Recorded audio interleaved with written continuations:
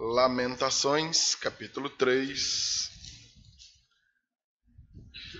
Eu vou pedir a paciência dos irmãos e eu vou fazer algo que não é muito costumeiro, que é ler todo o texto. A gente lê textos, capítulos inteiros, mas dificilmente capítulo tão grande como esse. Esse aqui é enorme, tem 66 versículos. É composto numa forma de acróstico, onde os versículos são divididos de 3 em 3, e cada um desses acrósticos corresponde a uma letra do alfabeto hebraico. Em outra ocasião, um momento oportuno, a gente fala a respeito disso, de preferência numa aula de escola bíblica. Agora não dá para a gente explicar direitinho o que seja, mas é um poema, né? Mas apesar de ser um poema, não deixa de ser um lamento. Enquanto você procura, vou comentando a diferença entre lamentação e murmuração, né? Às vezes você vê um irmão se lamentando de uma situação de dificuldade, de calamidade, e você dá uma bronca no irmão: irmão, deixe de murmuração. Não, o irmão não está murmurando, ele está lamentando. E se lamentar por uma situação desagradável não é pecado nenhum. Tanto não é pecado que um livro na Bíblia leva esse nome, né? Lamentação. Agora, murmuração, essa é pecado. E a diferença é que aquele que lamenta, a diferença mais básica, tá bom? O que lamenta tem motivo para estar lamentando. E o que murmura, está murmurando sem motivo, né? Não há motivo de estar murmurando. Então essa seria a maior diferença aí entre as duas coisas, e por isso uma é condenável e outra não. Podemos ler o texto? Amém? Então acompanhe com cuidado. Quem tem uma versão diferente da tradicional revista e atualizada que a gente está usando aqui, tenha paciência. Muda um termo ou outro, mas o sentido do texto não vai mudar. A maioria dos textos confere com o que eu estou usando aqui hoje. O povo é convidado a reconhecer o seu pecado. Diz assim: eu sou o homem que viu a aflição pela vara do furor de Deus. Ele me levou e me fez andar em trevas e não na luz. Deveras, ele volveu contra minha mão de contínuo todo dia. Fez envelhecer a minha carne e a minha pele e despedaçou os meus ossos. Edificou contra mim e me cercou de veneno e de dor. Me fez habitar em lugares tenebrosos, como os que estão mortos para sempre. Cercou-me de um muro e já não posso sair. Agravou-me com grilhões de bronze. Ainda quando clamo e grito, ele não admite a minha oração. Fechou os meus caminhos com pedras lavradas, fez tortuosas as minhas veredas. Me fez como urso à espreita, um leão de emboscada. Desviou os meus caminhos e me fez em pedaços. Me deixou assolado. Entesou o seu arco e me pôs como alvo à flecha. Fez que me entrassem no coração as flechas da sua aljava. Fui feito como objeto de escárnio para todo o meu povo e a sua canção todo dia. Fartou-me de amarguras, saciou-me de absinto. Fez-me quebrar com pedrinhas de areia os meus dentes. Cobriu-me de cinza. Afastou a paz da minha alma. Me esqueci do bem.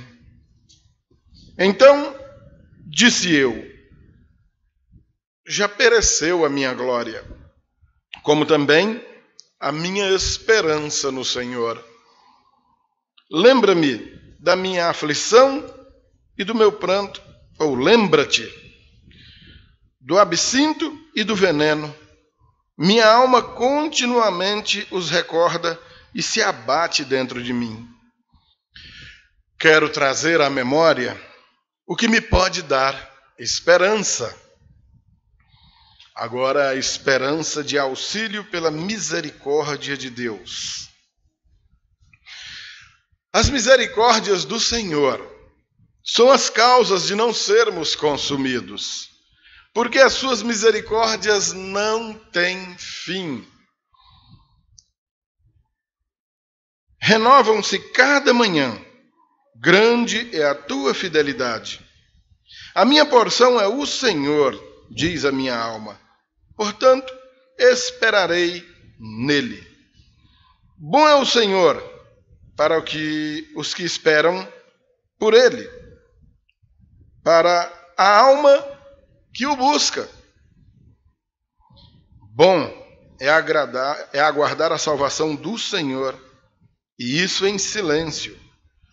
Bom é para o homem suportar o jugo da sua mocidade.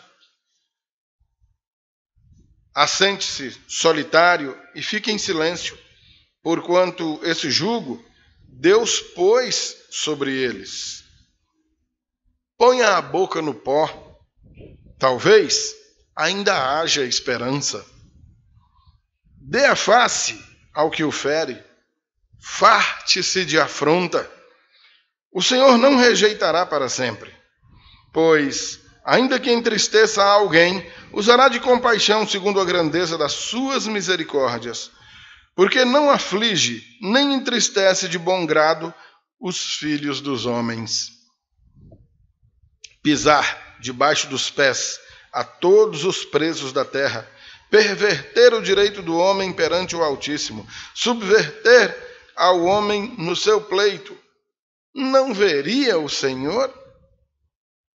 Quem é aquele que diz, e assim acontece, quando o Senhor o não mande? Acaso não procede do Altíssimo tanto o mal como o bem? Por que, pois, se queixa o homem vivente? Queixe-se cada um dos seus próprios pecados. Esquadrinhemos os nossos caminhos, provemo-los e voltemos para o Senhor. Levantemos o coração juntamente com as mãos para Deus nos céus, dizendo: nós prevaricamos e fomos rebeldes, e tu não nos perdoaste. Cobriste-nos de ira e nos perseguiste, e sem piedade nos mataste. De nuvens te encobriste para que não passe a nossa oração. Como cisco e refúgio nos puseste no meio de povos. Todos os nossos inimigos abriram a boca contra nós. Sobre nós vieram o temor e a cova, a assolação e a ruína. Dos meus olhos se derramam torrentes de águas, por causa da destruição da filha do meu povo. Os meus olhos choram, não cessam, e não há descanso, até que o Senhor atenda e veja lá do céu. Os meus olhos entristecem a minha alma, por causa de todas as filhas da minha cidade. Caçaram-me como se eu fosse ave. Os que, sem motivo, são meus inimigos. Para me destruírem, lançaram-me na cova e atiraram pedras sobre mim. Águas correram sobre a minha cabeça. Então disse: estou perdido. Da mais profunda cova, Senhor, invoquei o teu nome. Ouviste a minha voz. Não escondas o ouvido aos meus lamentos, ao meu clamor. De mim te aproximaste no dia em que te invoquei. Disseste: não temas. Pleiteaste, Senhor, a causa da minha alma. Remiste a minha vida. Viste, Senhor, a injustiça que me fizeram. Julga a minha causa. Viste a sua vingança toda, todos os seus pensamentos contra mim. Ouviste as suas afrontas, Senhor, todos os seus pensamentos contra mim, as acusações dos meus adversários e o seu murmurar contra mim o dia todo. Observa-os, se assentam e quando se levantam, eu sou objeto da sua canção. Tu lhes darás a paga, Senhor, segundo a obra das suas mãos. Tu lhes darás cegueira de coração, a tua maldição imporás sobre eles. Na tua ira os perseguirás, e eles serão eliminados de debaixo dos céus do Senhor. Queridos, deixa eu dar aqui deixa eu situar os irmãos quanto ao livro. Se vocês observarem bem, o livro de Lamentações vem imediatamente após o grande livro de Jeremias, né? Depois de Salmos, o maior livro da Bíblia é o do profeta Isaías e depois o do Jeremias. Quer dizer, não é um livro pequeno. 52 capítulos, se eu não me engano. Deixa eu ver se é isso mesmo. 52 capítulos. Enorme o livro do profeta Jeremias. Antes mesmo da nação de Israel existir, já havia sido profetizado para os patriarcas que Deus cuidaria daquele povo e cuidaria com todo cuidado. A terra prometida que foi dada a Israel, aquela Canaã, a Palestina que vocês veem na televisão hoje, nunca foi em nenhuma época da história a melhor terra do mundo. Bem pertinho, vizinho ali do lado, tinha terra muito melhor. A terra do Egito, até hoje é considerada uma das melhores, a região do Vale do Rio Nilo, para plantação, para criação. A terra da Mesopotâmia, região dividida hoje entre Irã e Iraque, pedaços da Turquia, tinham terras muito melhores. Mas Deus quis colocar o seu povo ali, exatamente para que no meio daquela pedreira inútil, de um lado o mar, do outro o deserto, e em cima de uma pedreira medonha, Deus cuidasse daquele povo de uma maneira que as outras nações da terra olhariam e diziam: rapaz, o Deus desse povo é um Deus especial mesmo, né? Que o povo mora em cima de uma pedreira dessa e não lhes falta nada, né? Porque o que sustentaria o povo de Deus era o seu Deus. E esse Deus cuidaria deles em virtude da fidelidade desse povo. Esse povo seria fiel e Deus daria àquele povo tudo quanto aquele povo necessitasse. Em contrapartida, se o povo fosse infiel, viria sobre o povo todos os castigos e as mazelas reservadas para quem é infiel. Obrigado, Naira. E nós sabemos pela história que, lamentavelmente, o povo foi infiel. O que o profeta está lamentando aqui agora não é nada que não tenha sido avisado com muita antecedência. Ninguém está sendo pego de surpresa. Ninguém foi surpreendido com a destruição de Jerusalém. Tá? Desde os mais antigos profetas, já havia sido prometido, se a gente for infiel, Deus vai deixar de nos ajudar. O profeta Amós, bem antigo, vai ser o primeiro que vai profetizar a destruição de Jerusalém. Jerusalém é um motivo de orgulho daquele povo, a filha de Sião. O templo em Jerusalém, a presença de Deus no templo em que ele mesmo mandou construir, com todas as características que Deus determinou que fosse feito, ali era o lugar da bênção, era para onde os povos peregrinavam, a fim de louvarem a Deus, a fim de renderem suas orações, seus clamores e também de ouvirem a mensagem de Deus, para que vivessem de acordo com a vontade de Deus. Os profetas mais antigos já avisavam, e todos eles vão avisando: olha, Israel está em pecado, e nesse pecado aí, a consequência lá na frente vai ser terrível. Se você ler o livro de Juízes, você vai ver uma narrativa tão interessante. O povo, então, termina a peregrinação no deserto. No livro de Josué, o povo passa para a terra prometida, se instala ali, passa o período de expulsar os povos ali da terra, que Deus determinou, que a terra foi dada a Israel. Josué é desobediente, não expulsa todo mundo, e fica um bocado de gente lá para perturbar o povo de Deus até os dias de hoje. E você vai ver lá em Juízes um negócio muito interessante.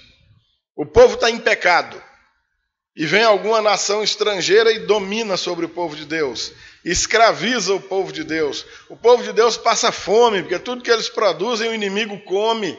E o povo, no meio do sofrimento, então clama a Deus. E aí Deus manda um libertador. E liberta o povo daquela opressão. E aí fica aquela maravilha, fica tudo jóia. Mas logo, logo cai no esquecimento e o povo cai no pecado de novo. Normalmente, 3 modalidades de pecado sempre foram as terríveis para derrubar o povo de Deus: a idolatria, a imoralidade sexual e a desigualdade social. Decoraram aí? Decoraram? Vamos repetir? Idolatria, imoralidade, desigualdade social. Isso, era o rico roubando do pobre.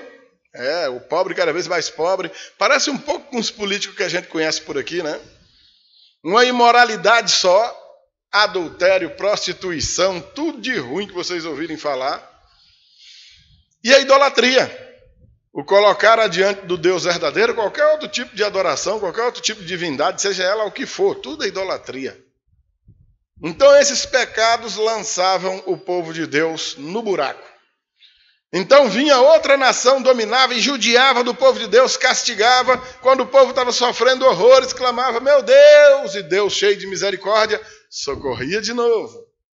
Aí viviam uns anos de paz e alegria, e gradativamente, devagar, o povo ia relaxando novamente. Idolatria, desigualdade social, imoralidade sexual, caía de novo. Vinha outra nação dominar. Anos de sofrimento outra vez. Outra vez, Senhor, tem misericórdia. E o Senhor socorria de novo. Gente, você lê aquilo, você lê com bastante atenção, tem hora que você se enfurece. Fala, mas que povo sem vergonha! E nem se dá conta de que o nosso povo hoje é igualzinho. Nem melhor, nem pior. Do mesmo jeito. É apenas uma característica. Por isso que hoje, em tempos de graça latente, o Senhor costuma mandar uns sofrimentozinhos para nós, porque se o sofrimento acabar de vez, presta atenção, a gente relaxa. Se ficar sem sofrimento nenhum, a gente fica sem vergonha, que faz pena. Então, como Deus é bondoso demais, Ele sempre tem um pica-pau cutucando aí nas costelas da gente, na cabeça, para doer, para você se lembrar. Oh, Deus, tem misericórdia. Senão a gente fica folgado demais. Profetizado, todos esses acontecimentos, com riqueza de detalhes, as coisas acontecem. Jeremias é o último dos profetas, antes de ir para o exílio, a clamar para que o povo se arrependa. Só que no caso do Jeremias, ele é usado por Deus para sofrer em dobro. Todos os profetas de Deus sofreram horrores, mas o Jeremias sofreu mais. Sabe qual é o apelido do Jeremias entre os profetas? O profeta chorão. Coitado, e ele tinha muito motivo para chorar. Ô homem que sofreu. Vocês sabem por quê? Porque a mensagem que os que pregaram antes do Jeremias era, olha, vamos nos arrepender, que é para Deus não mandar o castigo. Mas a mensagem de Jeremias era diferente. Ele queria pregar isso, mas Deus dava uma bronca, não, negativo. Ele clamava a Deus, Senhor, e se o povo se consertar? E Deus dizia, tem mais jeito não, agora o couro vai comer. E a mensagem de Jeremias era essa, gente, já era, viu? Acabou. Agora o pau vai quebrar no lombo da gente mesmo. Já não adianta mais se arrepender, não adianta mais orar. A Babilônia vai vir aqui, vai destruir tudo e vai levar a gente cativo. Não adianta fazer aliança com o exército de outras nações para o nosso exército ficar mais poderoso do que o deles, porque Deus já deu a vitória para o rei da Babilônia. Vixe, imagina para o rei ouvir um negócio desse. O rei é sem vergonha, igual os políticos que vocês já viram por aí. O rei é safado, o rei é vagabundo. O rei gosta do profeta que mente para ele. Os falsos profetas dizem, está tudo beleza, vamos fazer uma campanha aqui, vamos fazer um negócio aqui que vai dar tudo certo, Deus vai abençoar, e não abençoou não. Do jeito que o Jeremias profetizou, aconteceu. A Babilônia entrou em Jerusalém. Um rei chamado Nabucodonosor. Quem for ter um filho e não sabe que nome botar, está aí um nome bonito para você botar na criança. Nabucodonosor. O nome é feio, né? O caba devia ser também. Invade Jerusalém. Tudo que tem de valor eles roubam, leva para a Babilônia. O que não tem valor ou que tem menos valor, eles tocam fogo. Gente de meia idade ou que não seja muito bonito, eles matam logo. Os jovens, rapazes, moças, eles levam cativos para trabalhar como escravos lá na Babilônia. E Jerusalém fica aquela devastação. Eles deixam para trás o quê? Aleijados, mendigos, abandonam lá para morrer, para ser comido por leão. E essa lamentação aqui acontece quando Jeremias, então, olha para a cidade, as coisas pegando fogo, o canto das moças, dos levitas se acabou. Aquele templo lindo de adoração e sacrifícios a Deus, só um monte de pedra. Ninguém na cidade. Devastação total. Morte para todo lado. Então o que eu li aqui, o que os irmãos, aliás, o que nós lemos, é uma parte desse lamento. Prometa para mim que em casa você vai ler o livro todo, só são 5 capítulos, promete? Amém? Durante essa semana agora? Pelo menos o Osto vai ler, né? E além do Osto, mais alguém vai ler? Bem pequenininho, gente. Dá para ler tudo em 30 minutos. Se durante a semana toda você não gastar 30 minutos para ler isso aí, aí você também merece uma tacazinha no lombo. Esse é o lamento do profeta. Em ver cumprido tudo aquilo que ele profetizou.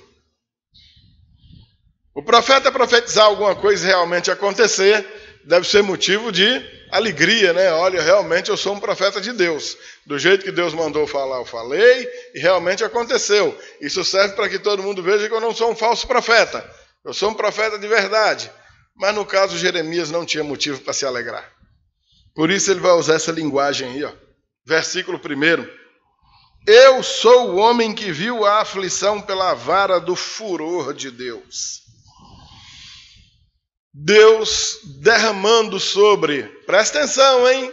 Deus derramando sobre o seu próprio povo.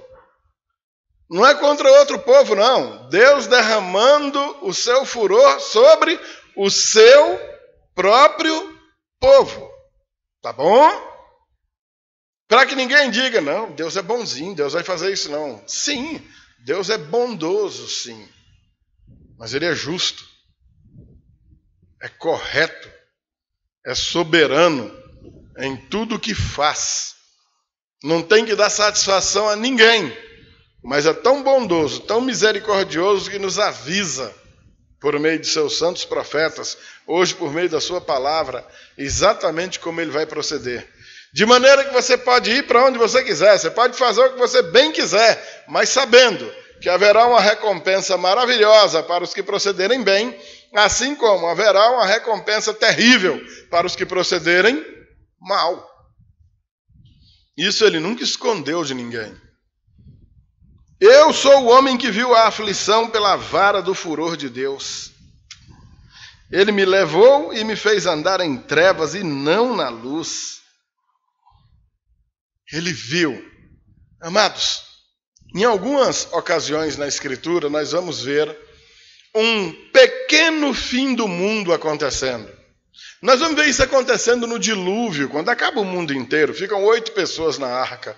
Nós vamos ver isso acontecendo depois na destruição de Sodoma e Gomorra, por conta da imoralidade daquele povo, Deus destrói aquilo tudo. É um pequeno fim do mundo acontecendo. Aqui, mais uma vez, nós estamos vendo, por meio desse exílio de de Judá, mais uma vez um pequeno fim do mundo acontecendo. Isso vai acontecer em outras ocasiões, lá mais na frente, no período interbíblico, não está aqui não, época da dominação do Império Grego. Alguns pequenos fins do mundo, algumas pequenas devastações, só foram devastações enormes, eu estou dizendo pequenas, se comparado à grande destruição que está vindo aí sobre o mundo inteiro. E é curioso que todo mundo sabe que o fogo vai cair sobre esse mundo inteiro, que Deus vai destruir isso tudo, mas ainda tem uma montoeira de gente que não acredita. E pasme, entre essa montoeira de gente que não acredita, eu não estou falando de gente só de fora da igreja, não. Tem gente dentro da igreja que não acredita. Acredita não. Você está falando e ele esqueci, mascana, parecendo jumento ruim quando você está pondo a cangaia nele. Mascana, achando ruim, não diz nada, mas você sabe que ele está achando ruim, está doido para te xingar. Está vindo fogo aí, ó. Vai queimar tudo, vai destruir tudo. Arrependam dos seus pecados, senão vocês vão queimar junto com esse mundão. Ó, não ame mais esse mundo do que o céu, não, porque o céu não vai pegar fogo, mas esse mundo vai. Tudo que tem aqui vai derreter. Não adianta idolatrar mulher, marido, carro, casa, calça, tênis. Vai derreter tudo. Salvam aqueles que estão com o Senhor Jesus. Aqueles que não estão vão queimar com esse mundão que tanto ama. Você ama? Então já que você ama tanto, não morra abraçado com ele. Esse aviso vem sendo dado desde sempre, não é novidade nenhuma, mas o povo... Por isso que você lê Juízes lá e vai ficar com raiva. Que povo teimoso, né, pastor? Pois é, igualzinho nós. Não tem diferença nenhuma. Entre nós e aquele povo lá dos dias dos juízes, a diferença é que eles lá não tinham celular, não tinha carro, não tinha telefone, as roupinhas eram diferentes, não tinha televisão, não via as novelas da Globo. Só isso a diferença. O resto, em essência, igualzinho a gente aqui, ó. Diferença nenhuma. Nenhuma. A situação chega a este cúmulo. Culmina aí. A destruição chegou. O profeta, enquanto profetizava que a destruição viria, ele já avisava também, o cativeiro vai durar 70 anos. Judá vai ser levado para a Babilônia, mas 70 anos depois, Deus vai trazer de volta. E isso é o que vai confortar o coração do povo, mesmo em meio a tanta devastação. O profeta se lembra disso. E no capítulo 3 ainda, a partir do versículo 18, ele cita isso aí no meio do chamar o povo ao arrependimento por seus pecados. Olha aí do versículo 18 ao 21. Então disse eu, já pereceu a minha glória, como também a minha esperança no Senhor. É claro, a esperança no Senhor pode ter sofrido um baque grande. Ele está lamentando, a tristeza é grande, meus irmãos, é muita tristeza, o negócio é feio.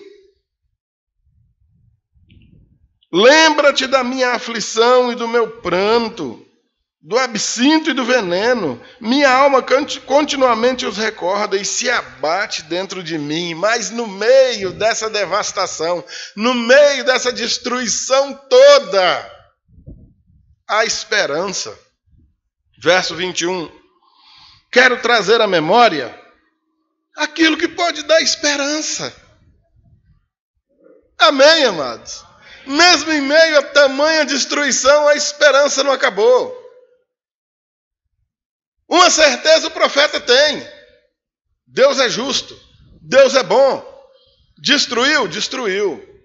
Ah, não, mas Deus não era bom? Não, ele continua sendo bom. Ah, mas ele não destruiu? Destruiu. Ele pode. Ele é Pai amoroso. Ele é Deus de justiça. Os seus atos, as suas atitudes, os seus pensamentos são incomparáveis. Um homem mortal como eu ou você não tem mente para acompanhar a mentalidade de Deus. Foi ele que fez. Foi ele que derrubou. Foi ele que criou. É ele que pode acabar. Foi ele que deu a vida. Também é ele que pode tirar.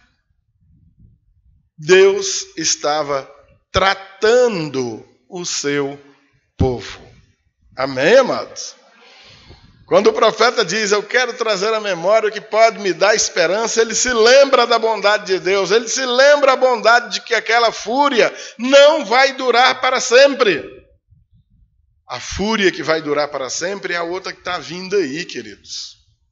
Aqueles que não se valem da ira que foi derramada sobre seu filho. Todo o furor de Deus foi derramado sobre Jesus, lá naquele dia da crucificação, para que os seus eleitos fossem resgatados dessa destruição. Aqueles que continuam impenitentes, com seus corações petrificados, cegos, insensíveis à palavra do Senhor, para esses não tem esperança, não. Todos esses pequenos fins de mundo que eu citei para vocês aqui, dilúvio, Sodoma e Gomorra, cativeiro babilônico, são exatamente para chamar a atenção. Chamar a atenção dos irmãos. Fuja daí, cai fora daí, lá vem fogo. Muda para o versículo 22 em diante. Ele começa a falar na esperança. Ele vai citar os acontecimentos.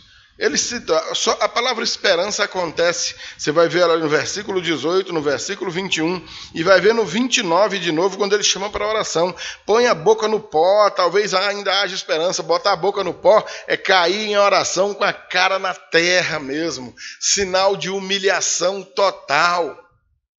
Entendendo a soberania do Senhor, quando um soldado na guerra entendia que tinha sido vencido pelo outro, ele tomava essa posição pelo menos para ver se o outro não o matava. Subjugar-se completamente ao outro. Botar a boca no pó, humilhar-se diante de Deus, coisa que pouca gente quer. O que nós queremos é nos auto-justificar. Senhor, eu fiz, eu fui, fez coisa nenhuma, foi para lugar nenhum. Estava preocupado em encher teu bucho. Não estava preocupado em obedecer a Deus. Não tem do que se queixar. Ninguém tem nada para cobrar de Deus. Que até para comparecer à igreja, ao culto, nós cogitamos que estamos prestando um grande favor para Deus. Eu estou indo, eu estou lá. Ai de Deus se eu não fosse. Eita Deus aí, hein? Aqui tu arrumou um chegado agora. Arrogância demais. Versículos 22 a 24. As misericórdias do Senhor são a causa de não sermos consumidos, porque as suas misericórdias não têm fim, renovam-se cada manhã. Grande é a tua fidelidade. Oh Deus maravilhoso. Ele está ferindo o seu próprio povo. Você que é pai, você que é mãe, que já deu com a varinha de tamarindo no bumbum do seu filhinho, e você que não fez isso, talvez amargue terrivelmente depois que ele cresça a falta que esse tamarindo no lombo fez. Você mesmo que vai com a varinha de tamarindo no lombo dele e depois faz uma salmourazinha para passar, não faz isso com alegria e com satisfação, mas está tratando e criando bem um ser humano para proceder corretamente mesmo após a tua morte depois. Quando você encolhe o braço para isso, você cria um monstro que vai fazer mal à sociedade, vai fazer mal à família e vai ser ruim para ele mesmo. Deus não é assim. Ele fere. Ele mesmo fez a ferida e ele mesmo sara a ferida. Ele mesmo disciplina, ele mesmo bota no colo e consola. Amém, queridos? Porque ele é infinito em misericórdia. O profeta queria trazer à memória alguma coisa que desse esperança, e ele lembrou: as misericórdias do Senhor são as causas de não sermos consumidos, porque as suas misericórdias não têm fim, renovam-se cada manhã. Todo dia de manhã tem misericórdia novinha, aquela do dia anterior nem acabou, porque ela não acaba nunca, e de manhã ainda se renova. As misericórdias do Senhor não têm fim. Grande é a fidelidade dele. A minha porção é o Senhor, diz a minha alma. Portanto, esperarei nele. Ora, em quem mais vou esperar? Ele é soberano. Ele trata. Ele cura. Ele disciplina. Agora, duro é o camarada que mesmo sob disciplina não reconhece. Não reconhece que precisa mudar o seu procedimento, que precisa mudar a sua compreensão e que, acima de tudo, precisa entender que Deus é justo. E se Ele está disciplinando, é porque a disciplina é justa. Deus maravilhoso. Os versículos 34 até o 36, ele cita um pouquinho das barbaridades que foram feitas e em virtude das quais o povo está sendo punido. Pisar debaixo dos pés a todos os presos da terra, perverter o direito do homem perante o Altíssimo, subverter ao homem no seu pleito. Não veria o Senhor as práticas de injustiça que são praticadas na terra? E aquele injusto que pratica a injustiça cogita que ninguém está vendo. Não, ninguém viu, não. Deus está vendo. Ah, ninguém sabe, não. Deus sabe. Não, mas eu tinha direito. Tinha, não. Você acha que tinha, porque a tua noção de direito está pervertida. Nossa sociedade é tão cruel, tão covarde. Eu vou citar um exemplo aqui para vocês que é nacional. Vem da Europa medieval, mas na América Latina talvez, principalmente no Brasil dos últimos 30 anos, talvez não tenha sido tão latente. Havia uma cidade lá no Goiás, seus 20 e poucos mil habitantes. O dia amanhecia, anoitecia, amanhecia. Um monte de gente com a cara para cima, uma meia dúzia trabalhando na roça, os outros esperando alguma coisa cair do céu para comer. E uma determinada empresa chegou lá e botou um grande laticínio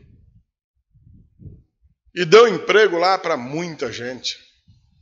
30% da população da cidade arrumou emprego da noite para o dia. Todo mundo trabalhando, pertinho de casa, carteira assinada, plano de saúde, dinheiro no bolso.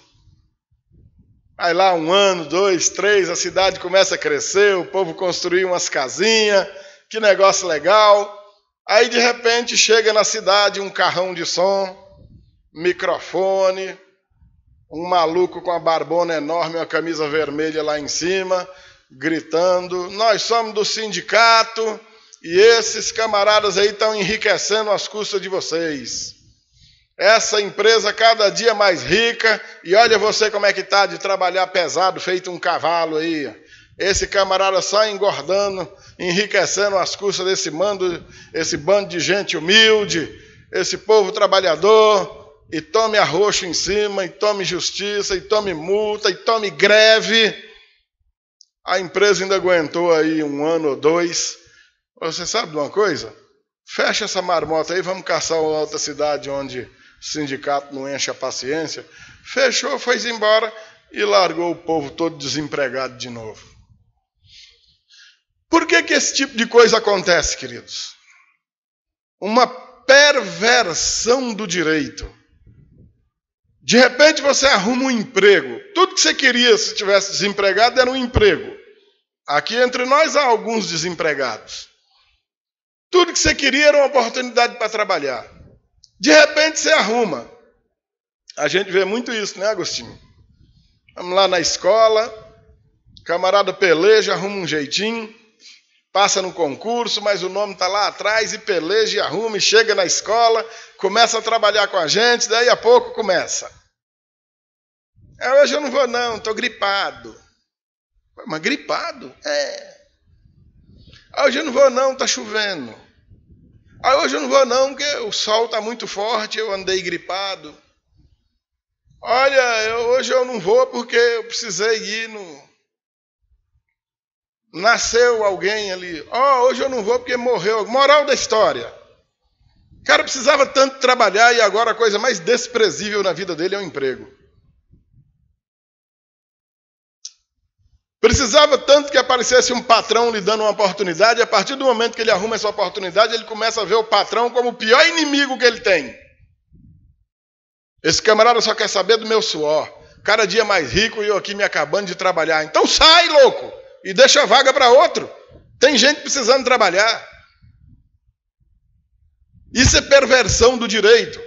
Isso é condenado pela Escritura Sagrada. O patrão não pode explorar o seu funcionário. Mas o seu funcionário tem que trabalhar para esse patrão como se estivesse trabalhando para o próprio Deus. Tanto na vista dele, quanto quando ele não estiver olhando também. O diferente disso é roubo. É você roubar o seu patrão. Você fazer de conta que trabalha e não trabalhar. Dar atestado falso. Inventar doença. A firma não é tua, você dá a gripe e não vai. Mas quando é a tua, você quebra a perna e vai pulando numa perna só. Vai cego de um olho, vai de todo jeito, né? Esse tipo de comportamento que é condenável. E assim como era condenável aqui nesses dias, é condenável hoje e vai ser condenável sempre. Servos de Deus precisam ser exemplo. O teu patrão tem que falar para os outros empresários com orgulho. Rapaz, eu tenho um funcionário bom, rapaz. Quem é? O fulano, rapaz, um crente que tem lá. Rapaz, ali é gente fina. Ali é porreta. Lamentavelmente não é o que eu escuto. Eu jogo bola com uma meia dúzia de patrão ali. De vez em quando o camarada diz: ei, fulano congrega lá, mas é da tua igreja? A igreja é minha, né? Falei: rapaz, anda por lá de vez em quando. Deus me livre, rapaz. Aquilo é lá crente, rapaz. Eita. Imagina onde eu enfio minha cara. Por causa desse tipo de testemunho, vez ou outra a punição de Deus chega, meu irmão. Porque Deus é justo. E Ele vai usar pessoas para isso acontecer. E aí, quando acontecer e você for chorar as mágoas, ao invés de estar lamentando, você vai estar murmurando. É como ele diz, no versículo 39 aí, ó. Porque, pois, se queixa o homem vivente, queixe-se cada um dos seus próprios, dos seus próprios o quê? O povo peca, né? Já pecava naquele tempo. Continua pecando hoje. Esquadrinhas, verso 40. Esquadrinhas os nossos caminhos, provemo-los e voltemos para o Senhor. Levantemos o coração juntamente com as mãos. Levantar as mãos é bom. Vamos louvar, glória a Deus, aleluia. As mãos estão levantadas, mas o coração está lá no pé. A alegria em celebrar a vida com Deus é zero. Vai só no embalo da musiquinha.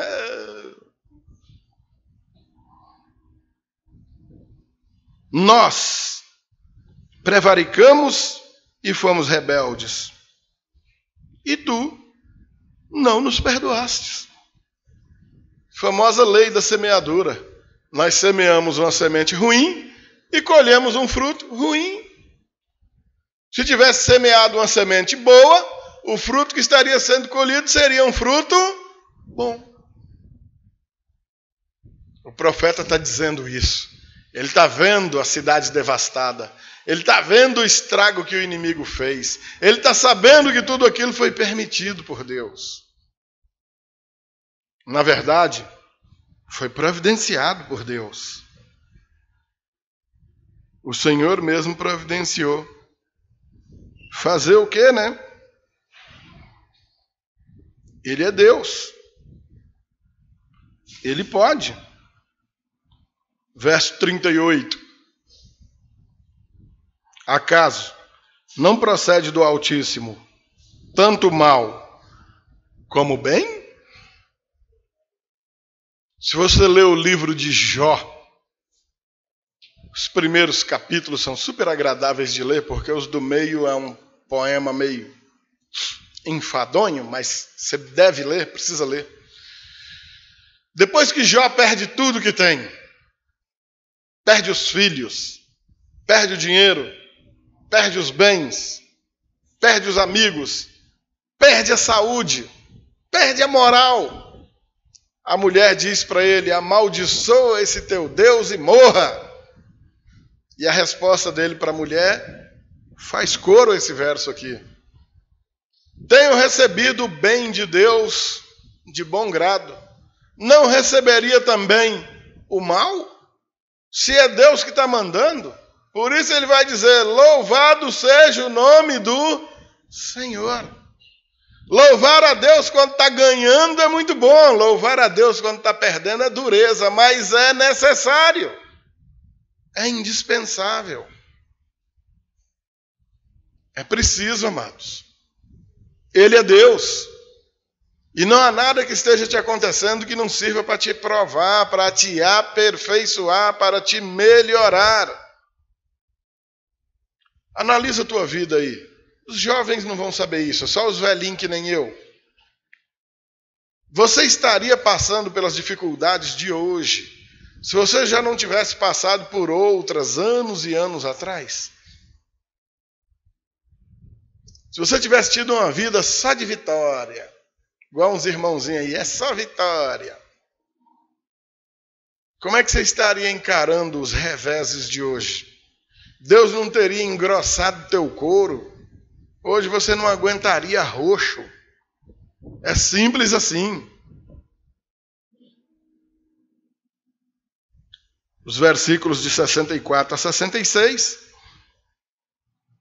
vão dar contas de que uma nação foi usada para punir o povo de Deus. Agora eu quero que você preste bem atenção.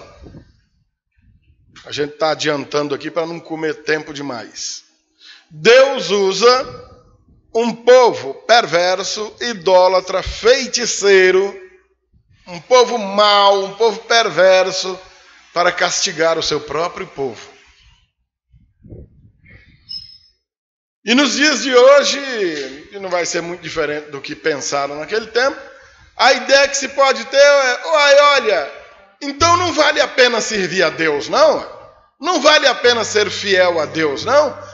Deus abençoou, foi um povo ruim, Deus abençoou, foi o inimigo, em vez de abençoar o seu próprio povo. E alguém hoje na igreja pensa, e há quem diga isso: não vale a pena eu estar na igreja, não vale a pena eu congregar na igreja, não vale a pena eu ser fiel a Deus, porque Deus abençoa mais a vida do vagabundo, bandido, idólatra, prostituto, desonesto, imoral. A vida dele está melhor do que a minha, E numa causa entre eu e ele ainda ganhou. Aí Deus foi do lado dele e não foi do meu.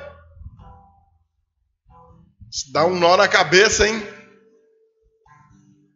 Vou largar Deus, vou largar a igreja, quero saber mais não. O salmista chega a dizer isso. Por pouco meus pés resvalaram e eu caí, porque eu tive inveja do ímpio. Mas então atentei para o fim dele. O fim está aqui, nesses versículos de 64 a 66. Tu lhe darás a paga, Senhor, segundo a obra das suas mãos. Tu lhes darás cegueira de coração. É a pior coisa que pode permanecer sobre a vida de uma pessoa. Não ter olhos para ver Deus, não ter olhos para identificar Deus, não ter olhos para separar o que é divino do que é maligno. Um coração cego, insensível. Tu lhe darás cegueira de coração. a tua maldição imporás sobre eles. Ele está falando aqui dos babilônios. Na tua ira os perseguirás, e eles serão eliminados de debaixo dos céus do Senhor. E realmente foram. O Império Babilônico, depois de dominar Judá, teve poucos dias de alegria. Um outro império veio, o Império Medo-Persa, dominou sobre eles com uma facilidade tremenda, praticamente sem guerrear. Porque Deus puniu aquele império perverso. Deus usou aqueles perversos para tratar com seu povo. Mas isso nunca quis dizer que Deus estivesse abençoando aquele povo ruim. Independente da situação vivida, Deus estava tratando com seu povo. Amados irmãos, minhas amadas irmãs, um ano vai se acabando aí, queridos. Estamos chegando aí para um ano novo. Vamos começar tudo de novo. Vamos recarregar nossas baterias. Vamos tomar um fôlego. E a gente costuma usar muito essa virada de ano para querer consertar aquilo que não fizemos bem no ano anterior. Ou então fazer alguma coisa que deveríamos ter feito e não fizemos. Amados, os nossos empreendimentos pouco importa. Uns você vai desempenhar, outros você não vai. Uns vão dar certo, outros vão dar errado. Se você for bem frio e humilde, você vai perceber que a maioria dos nossos projetos deram errado, não deram certo. Nem tudo que a gente se empenha por fazer vai dar certo. Independente de qualquer coisa, esteja firmado no Senhor, louvando ao Senhor. Como Jeremias disse aqui, esperando no Senhor. Porque as suas misericórdias não têm fim, renovam cada manhã. A minha porção é o Senhor, nele esperarei, nele confiarei. E completamos, a ele servirei. Independente da situação, meu amado irmão, minha amada irmã. O Deus que te ama, como um pai que ama ao filho, o disciplina quando necessário. Tenha motivos de preocupação se Deus não estiver te disciplinando, porque será um sinal terrível, será um sinal de que Ele não te ama. Se a disciplina de Deus está sobre sua vida, Ele te ama e Ele está te tratando para bem de você mesmo e daqueles que estão à sua volta. No final de tudo, para a glória do próprio Deus. Sempre haverá alguma coisa para lamentar. Lamente, não é pecado lamentar. Pecado é murmurar. Veja se de repente você não está murmurando, se queixando de alguma coisa sem motivos. Como ele disse aqui, do que se queixa o homem vivente? Queixe-se cada um dos seus próprios pecados e não de Deus, porque Deus é justo, porque Deus é perfeito e Deus simplesmente não falha. Ele não erra.